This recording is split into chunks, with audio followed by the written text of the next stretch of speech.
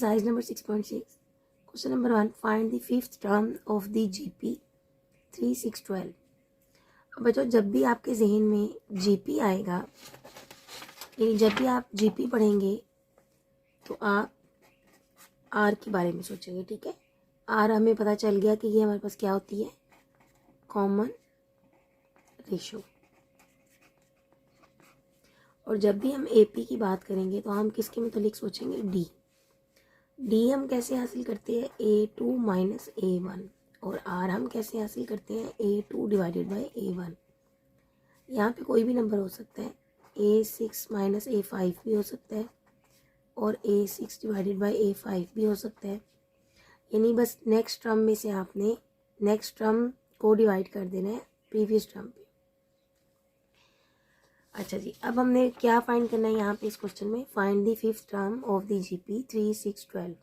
हमने fifth term find करनी है, यानी हमने A5 फाइंड करना है। हमें गिवन क्या है, A is equal to A1 कह लें, A कह लें, A1 is equal to 3। First term को हमेशा हम A कहते हैं। R हमारे पास कॉमन रेशियो आ गया A2 डिवाइडेड बाई A1, जो कि हमारे पास होगा 6 divided by 3 is equal to 2। And हमने क्या है यहाँ से लिया है फिफ्थ टर्म, और फार्मूला हमने इस फार्मूले को याद कर लेना है, जिस तरह हमने बहुत अच्छी तरह AP का फार्मूला याद कर लिया। AN is equal to A1 R N minus 1, R की पावर में N माइनस 1। A की वैल्यू पुट कर देंगे, R की वैल्यू पुट कर देंगे और उसकी पावर ले लेंगे, तो ये हमारे पास क्या आ जाएगा, A5। क्वेश्चन नंबर 2 स्टार्ट करते हैं। Find the 11th term of the sequence. अब बच्चों, अब ये आपने लव सीक्वेंस पढ़ा तो क्या आपको पता चल गया कि ये कौन सा सीक्वेंस है, इसने AP की बात की है या GP की बात की है, ये आपने खुद जज करना है। फिर आपने फार्मूला लगाना है और फिर आपने अपना काम करना है। AP के लिए आप क्या करेंगे, D निकाल के देखेंगे यहाँ से इस क्वेश्चन का, और अगर तो ये नेक्स्ट टर्म हमें ऐड करके मिल रही है कुछ तो हम AP समझेंगे, वरना हम इसको GP के तौर पे चेक करेंगे फिर। और ये आगे आपका जब HP आ जाएगा तो हो सकता है फिर HP में भी ऐसे क्वेश्चंस हो, ठीक है। तो अभी हमने सीक्वेंस पढ़े हैं, तो अभी हम इन 2 तक ही महदूद रहेंगे। तो अगर मैं सोचूं कि ये मेरे पास AP का क्वेश्चन दिया हुआ है, तो मेरे पास ये था, पहली टर्म हो गई A1, 1 प्लस A होता, दूसरी टर्म हो गई मेरे पास A2, मेरे पास हो गई 2। तो D में कैसे फाइंड करूँगी, A2 माइनस A1, जो कि मेरे पास आ जाएगा, सॉरी यहाँ पर 2 लिखना था, 2 माइनस 1 प्लस A होता, जो कि हो जाएगा 1 माइनस A होता।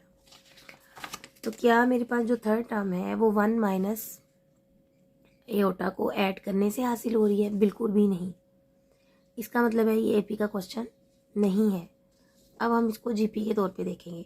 हमें पता है बच्चों, ये भी चीज़ नोट कर लें कि आपके पास AP कैसे बनता है, A plus D, A plus 2D and so on. लेकिन GP कैसे बनता है, AR square, AR cube and so on. आपने ना हर चीज़ का कंपैरिजन करते जाना है साथ साथ। जितने अच्छे आपके स्ट्रॉन्ग कॉन्सेप्ट होंगे उतने ही आसानी से आपको ये चैप्टर आएगा। अब ये हमारे पास होता है AP का सीक्वेंस और ये हमारे पास होता है GP का सीक्वेंस।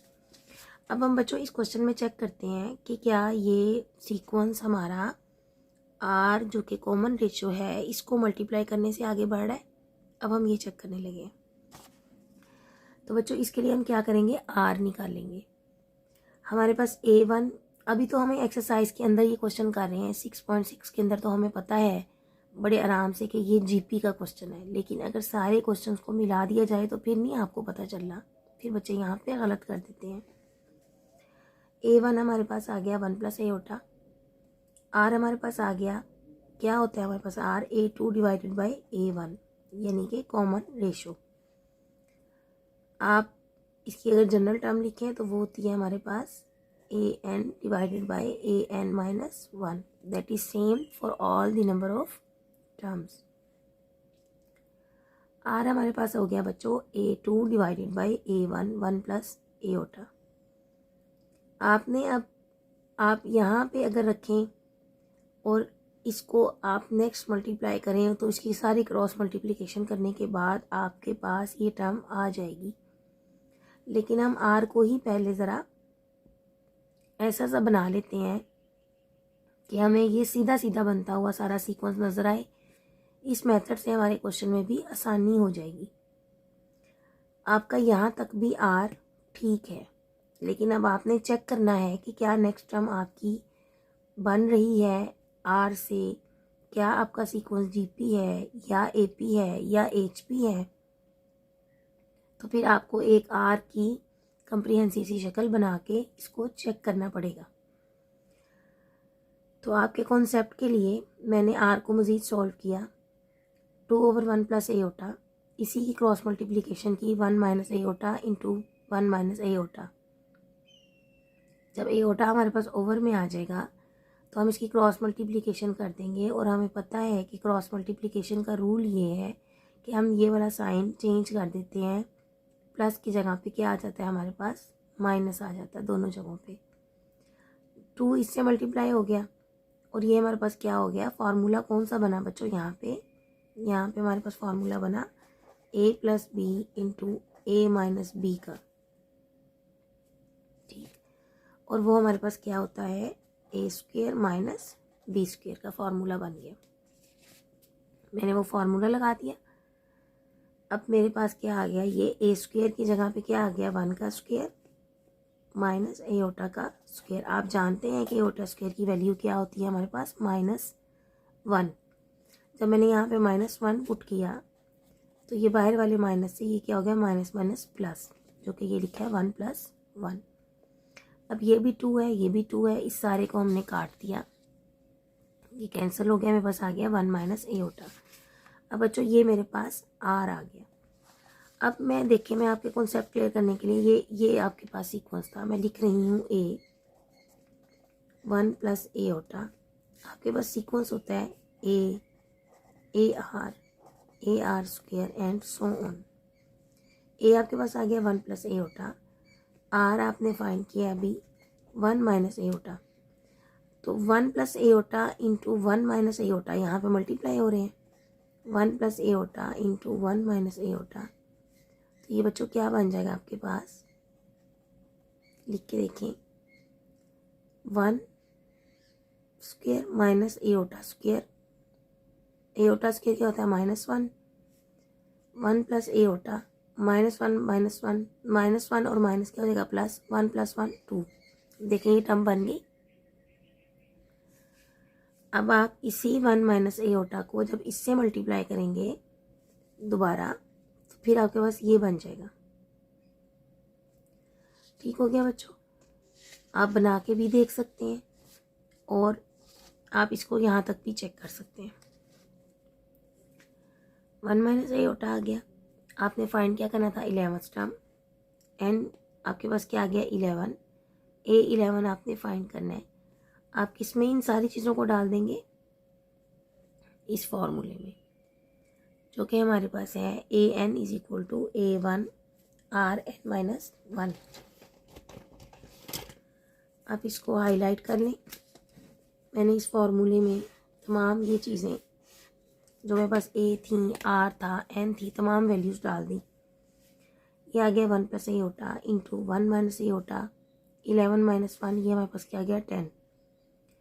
अब जब भी एओटा वाली जो भी रकम होगी, जब हम इसको सॉल्व करना होगा तो हम इसको स्क्वायर के फॉर्मूले में खोल लेंगे, तो हमारे क्वेश्चन में आसानी हो जाएगी, क्योंकि स्क्वायर का फॉर्मूला हमें आसानी से खोलना आता है। इसका स्क्वायर खोल लें, ये हमारे पास क्या आ जाएगा, 1 plus iota square -2 iota. Formula यहाँ पे कौन सा मैंने लगाया, a minus B whole square is equal to A square plus B square -2ab। ये फार्मूला लगा दिया, A square plus B square -2ab। अब ये एओटा स्क्वायर क्या होता है, -1, तो ये -1 और ये +1 इससे कैंसिल हो गया आपस में।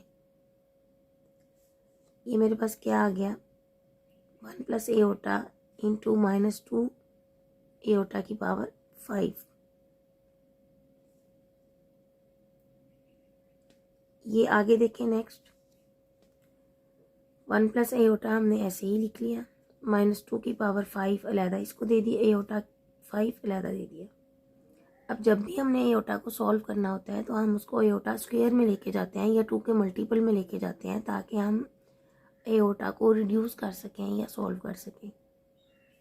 तो ये मेरे पास क्या आ गया, -32 इंटू 1 प्लस एओटा, एओटा 4, इस एओटा 5 को लिखा एओटा 4 इंटू एओटा, और एओटा 4 को हमने क्या कर लिया, एओटा स्क्वायर और फिर स्क्वायर। तो ये क्या बन गया, -1, -1 का जब स्क्वायर लिया तो +1 हो गया, इसलिए यहाँ पे नहीं लिखा।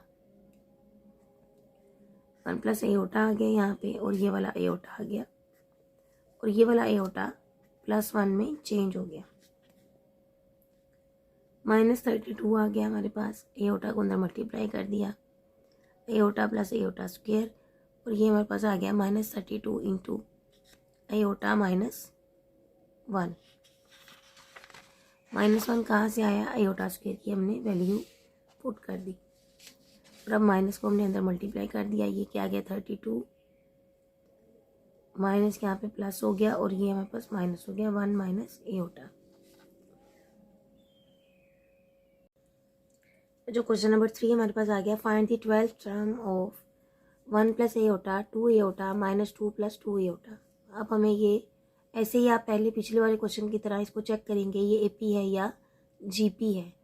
उसके लिए आप डी निकाल लेंगे, फिर आर निकाल लेंगे, और आप अपनी टर्म बनाकर देखेंगे। इसको ऐसे ही नहीं, आप ना तो स्टेटमेंट को रटेंगे और ना ही आप ये याद रखेंगे ये किस एक्सरसाइज का क्वेश्चन था, बल्कि आप अपना ये याद रखेंगे कि अगर हमने 12 टर्म फाइंड करनी है तो किस सीक्वेंस की फाइंड करनी है, जीपी की या एपी की। तो मैंने आपको पिछले वाले क्वेश्चन में सिखा दिया है। अब ये मेरे पास जीपी था, इसकी फर्स्ट टर्म क्या हो गई, ए 1 प्लस एओटा, आर हमारे पास क्या हो गया, A2 डिवाइडेड बाई A1। ये मैंने A2 लिखा और ये A1 लिखा, A2 A1, इसकी हमने क्रॉस मल्टीप्लिकेशन कर ली, 1 minus aorta into 1 minus aorta. ये हमारे पास आ गया, एओटा को अंदर मल्टीप्लाई कर दें, ये हमारे पास आ गया 2 एओटा माइनस एओटा स्क्वायर, और ये बन गया हमारे पास नीचे फार्मूला कौन सा, ए plus b into a minus b, जो कि हमारे पास होता है ए स्क्वायर माइनस बी स्क्वायर का। अब यहाँ पे हमने वैल्यू पुट कर दी एओटा स्क्वायर की, जो कि होती है -1, माइनस माइनस क्या हो गया +1, और ऊपर हमारे पास क्या बन गया 2 इंटू एओटा, एओटा स्क्वायर आप जानते हैं since iota square is equal to -1। ये हमारे पास आ गया एओटा +1, और ये हमारे पास 2 से कैंसिल हो गया, और ये आ गया A1 प्लस एओटा। ये हमारे पास R डिफाइन हो गया। अब देखिए n हमारे पास 12 है, क्योंकि उसने कहा है फाइंड दी 12 टर्म, A12 हमने फाइंड करनी है। यूज़ करेंगे हम formula AN is equal to A1 R n -1, जो कि हमारे पास nth टर्म है GP की। A की वैल्यू पुट की, R की वैल्यू पुट की, ये दोनों रकमें एक जैसी थी, इनकी पावर्स को जमा कर लिया, ये A12 बन गया। अब हमने इसको स्क्वायर के फार्मूले में पहले तोड़ ले रहे, 1 प्लस एओटा होल स्क्वायर, और इसकी पावर के आगे मेरे पास 6, स्क्वायर का फार्मूला खोला, A square plus B square plus 2AB। हमारे पास क्या होता है स्क्वायर का formula, since A plus B whole square is equal to A square plus B square plus 2AB। ये हमारे पास आ गया 1 plus iota square plus 2AB, यानी यहाँ पे 1B है, A है। अब हमने एओटा स्क्वायर की वैल्यू पुट कर दी, ये इससे कैंसिल हो गया, और 2 एओटा की पावर क्या आ गया हमारे पास 6,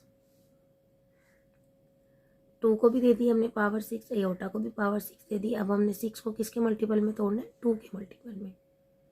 क्यों, क्योंकि हमें एओटा स्क्वायर की वैल्यू बआसानी पता है कि ये हमारे पास -1 होती है। वैल्यू पुट कर दी, और आपको पता है कि जब भी -1 के ऊपर पावर अगर इवन नंबर होगा तो आंसर +1 होगा, और अगर -1 के ऑड नंबर होगी पावर तो आंसर -1 होगा। तो ये ऑड नंबर था, आंसर माइनस आ गया, हमारे पास आंसर क्या आ गया -64। क्वेश्चन नंबर 4 हमारे पास है, find the 11th term of the sequence 1 plus iota into 2 1 minus aorta. बच्चों सीक्वेंस आ जाएगा तो फिर आप दोबारा चेक करेंगे कि कौन सा सीक्वेंस है। ठीक है, ये हमने सीख लिया क्वेश्चन नंबर 2 में। अब हम के हमने कैसे यहाँ पे चेक करना है। हेयर हमारे पास है A1 is equal to 1 plus iota. R हमारे पास क्या हो जाएगा A2 divided by A1। A2 हमारे पास 2 है, A1 हमारे पास 1 प्लस एओटा है।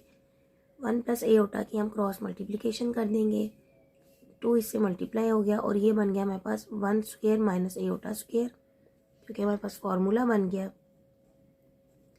a plus b into a minus b, जो कि हमारे पास होता है a square minus b square.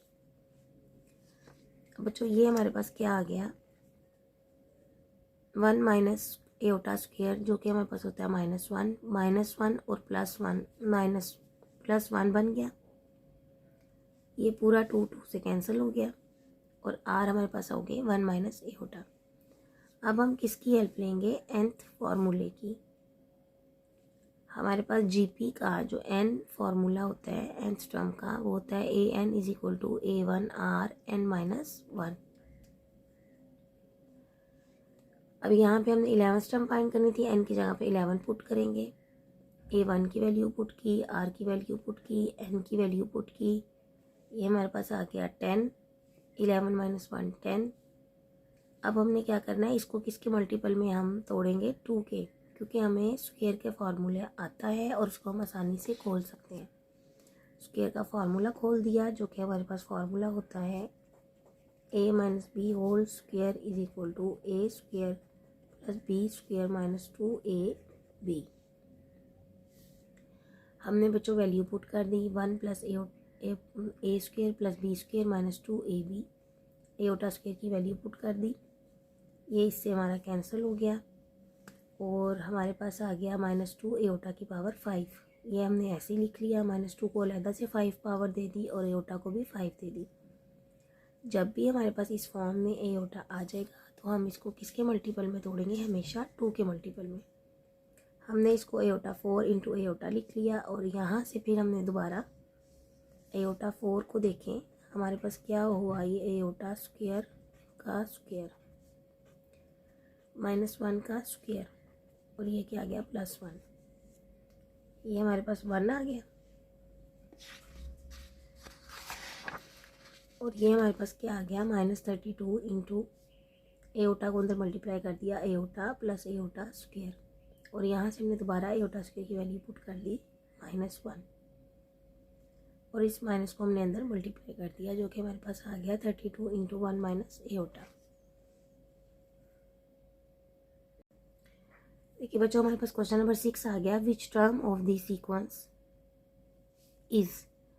अब आप इसको छोड़ दें कि क्या सीक्वेंस है, आप पढ़ें इसको दोबारा समझें। Which term of the sequence is, कि ये कौन सी टर्म है, कौन सी मतलब n, मतलब ये 13वीं टर्म है, 14वीं है, 5वीं है, 6ठी है, कौन सी टर्म है। Which term of the sequence is, ये कौन सी टर्म है। अब हमने यानी n फाइंड करना है।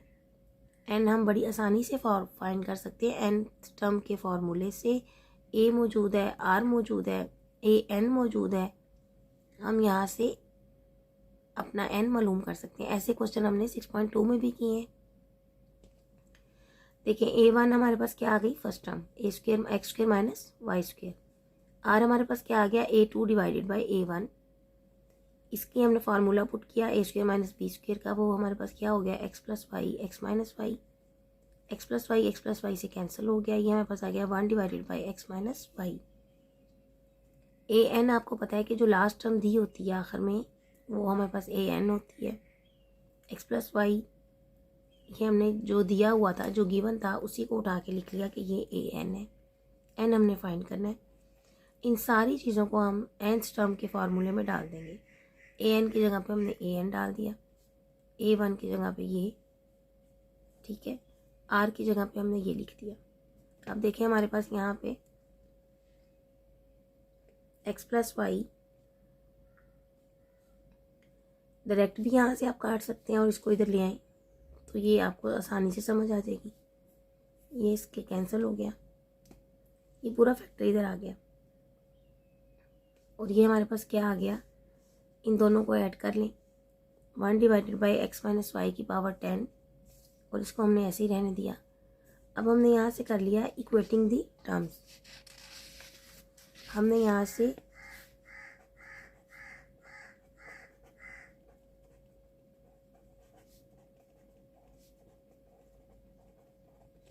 जब हम टर्म्स को इक्वेट करते हैं तो हमारे पास क्या आता है कि पावर्स जो होती हैं वो उनको हम सेम लिख लेते हैं। इसको आप अगर एक स्टेप और कर लें यहाँ पे तो आपको और अच्छी समझ आ जाएगी। देखिए मैं इसको लिख सकती हूँ 1 divided by x minus Y की पावर 10,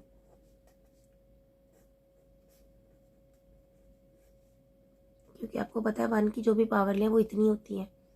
अब ये दोनों टर्म्स एक जैसी हैं और ये हमने पिछली एक्सरसाइज में पढ़ा है कि अगर हमारे पास x की power p is equal to X की पावर q हो तो हम लिख सकते हैं p is equal to q, यानी पावर्स को लिख सकते हैं। अब ये दोनों टर्म्स एक जैसी थी, हमने इनकी पावर्स को इक्वल लिख लिया। n minus 1 is equal to 10, n हमारे पास क्या आ गया 11। बच्चों ये हमारे पास क्वेश्चन नंबर 6 हमारा कंप्लीट हो गया।